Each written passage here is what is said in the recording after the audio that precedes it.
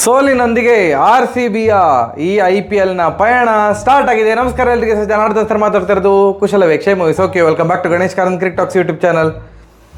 Nothing new ಅಂತ ಅನ್ನಿಸ್ತಿತ್ತು.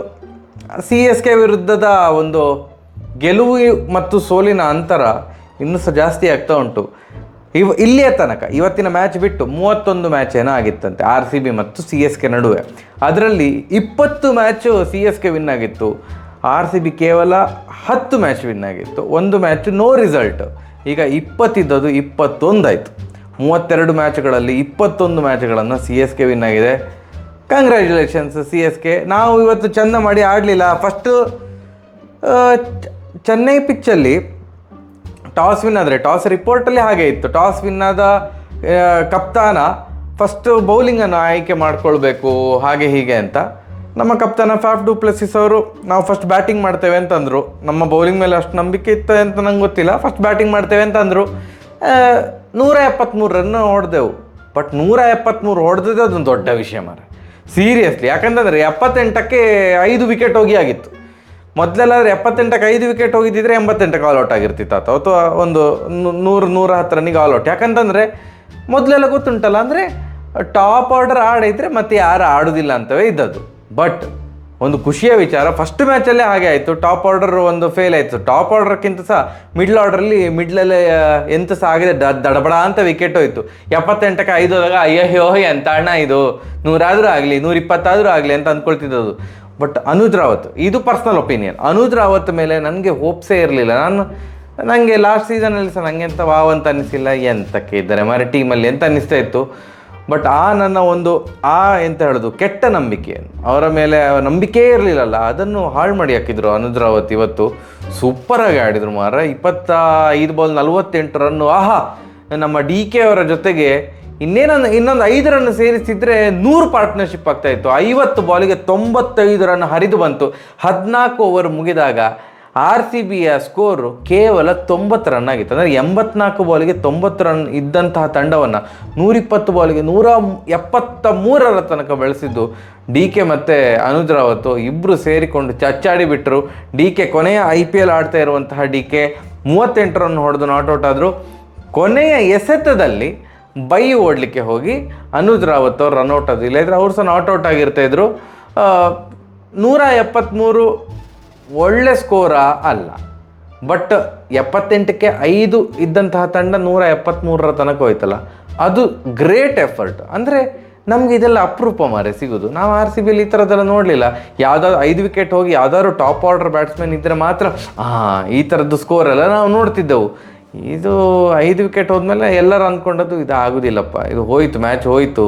Match ಹೋಗಿದೆ, ಬಟ್ ಹೇಳಿದ ಆ ಕ್ಷಣದಲ್ಲಿ ಎಲ್ಲ ಆಸೆ ಬಿಟ್ಟಿದ್ರು.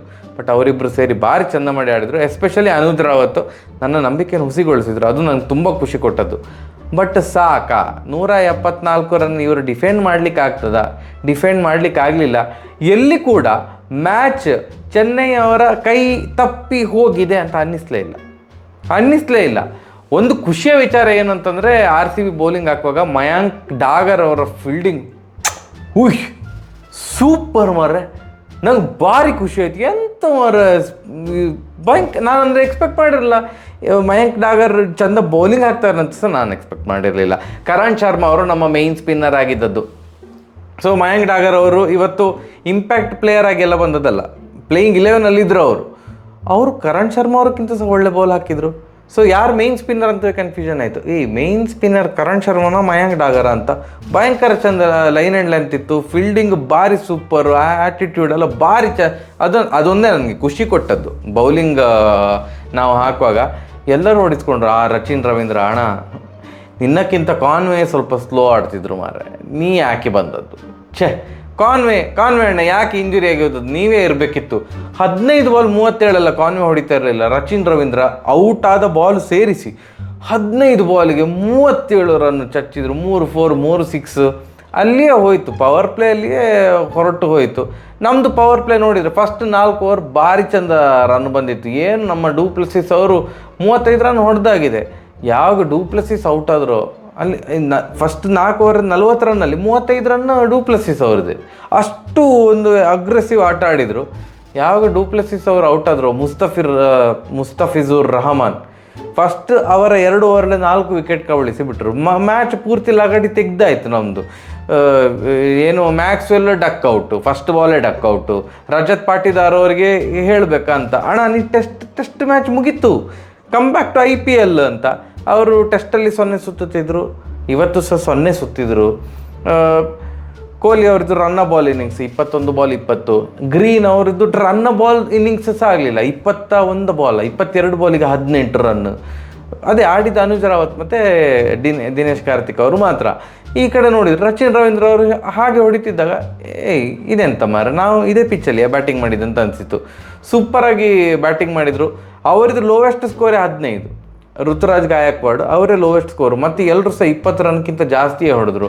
ರಣಜಿಯಲ್ಲಿ ಬ್ಯಾಟಿಂಗಿಗೆ ತಿಣುಕಾಡ್ತಿದ್ದಂತಹ ರಹಾನೆ ಅವರು, ಅಂದರೆ ಬ್ಯಾಟ್ ಹಿಡಿಲಿಕ್ಕೆ ಬರೋದಿಲ್ಲ ಅಂತ ಅನಿಸಿಬಿಟ್ಟಿತ್ತು, ಅಷ್ಟು ಕೆಟ್ಟದಾಗಿ ಆಡಿದರು ಈ ರಣಜಿಯಲ್ಲಿ ರಹಾನೆ ಅವರು.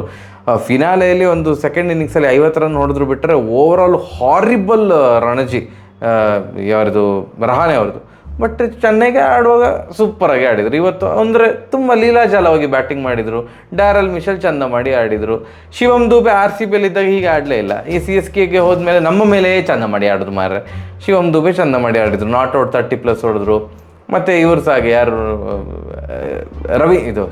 ರಚಿನ್ ರವೀಂದ್ರನ್ ಅಂತೆ, ನಮ್ಮ ಜಡೇಜಾ ಸಾಹೇಬರು ಅವರು ಸಹ ಸೂಪರಾಗಿ ಆಡಿದರು. ಅಂದರೆ ಎಲ್ಲರೂ ಸಹ ಎಲ್ಲಿ ಸಹ ಟ್ರ್ಯಾಕ್ ಹಳಿ ತಪ್ಪಿ ಹೋಗಿದಾಗೆ ನೋಡಿಕೊಂಡ್ರು ಚೆನ್ನೈ ತಂಡದಲ್ಲಿ ಬ್ಯಾಟಿಂಗಲ್ಲಿ.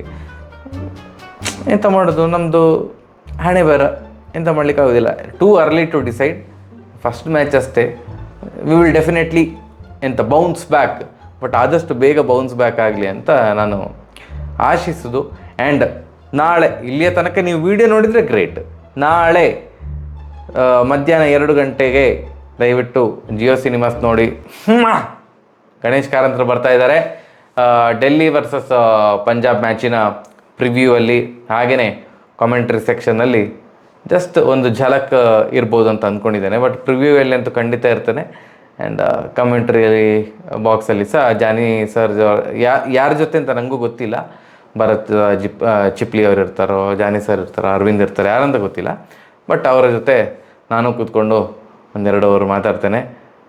ಸೂಪರ್ ಲಕ್ಕಿ, ಈ ಒಂದು ಅವಕಾಶ ನನಗೆ ಸಿಕ್ಕಿರೋದಕ್ಕೆ ನಾನು ಲಕ್ಕಿ ಅಂತ ಭಾವಿಸ್ತೇನೆ. ಈ ವಿಡಿಯೋ ಅಪ್ಲೋಡ್ ಮಾಡಿ 2 ಅವರ್ ನಿದ್ದೆ ಮಾಡಿ ಮುಂಬೈಗೆ ಹಾರ್ತಾ ಇದ್ದೇನೆ. ಸೊ ನಾಳೆ ವಿಡಿಯೋ ಬರೋದಿಲ್ಲ. ನಾಳೆ ಯಾಕಂದರೆ ನಾವು ಮುಂಬೈಯಲ್ಲಿರ್ತೇನೆ, ಸ್ವಲ್ಪ ಅಲ್ಲಿ ವೀಡಿಯೋ ಮಾಡಲಿಕ್ಕೆ ಆಗೋದಿಲ್ಲ. ಟ್ರೈ ಮಾಡ್ತೇನೆ, ಬಟ್ ನನ್ನ ಪ್ರಕಾರ ವೀಡಿಯೋ ಎಲ್ಲ ಮಾಡಲಿಕ್ಕೆ ಆಗೋದಿಲ್ಲ. ಅಲ್ಲಿ ಸ್ಟುಡಿಯೋದಲ್ಲಿ ವೀಡಿಯೋ ಮಾಡಿದ್ರೆ ಪೈಡ್ ಅಂತ ಹೊಡಲಿಕ್ಕಿದ್ದಾರೆ ಅವರು. ನಮಗನೇ ಇಲ್ಲಿ ಸಹ ಯೂಟ್ಯೂಬ್ ಮಾಡ್ತೀಯ ಅಂತ. ಸೊ ನಾಳೆ ಯಾವುದೇ ವೀಡಿಯೋ ಇರೋದಿಲ್ಲ. ನನ್ನನ್ನು ನೀವು ಡೈರೆಕ್ಟ್ ಜಿಯೋ ಸಿನಿಮಾಸಲ್ಲಿ ನೋಡ್ಬೋದು. ನೀವು ಸ್ಟ್ರೀಮಿಂಗಲ್ಲಿ ನೋಡ್ತಾ ಇರೋದಿದ್ರೆ ಮೊಬೈಲಲ್ಲಿ ಅಥವಾ ಎಲ್ಲಾರು ಹೀಗೆ ಜಿಯೋ ಸಿನಿಮಾಸ್ ನೋಡೋದಿದ್ರೆ ದಯವಿಟ್ಟು ನನ್ನನ್ನು ನೋಡುವಂಥವರಾಗಿ. ಸರಿಯಾಗಿದ್ದರೆ ಬರುವ. ಜೈ RCB. ನಮಸ್ಕಾರ.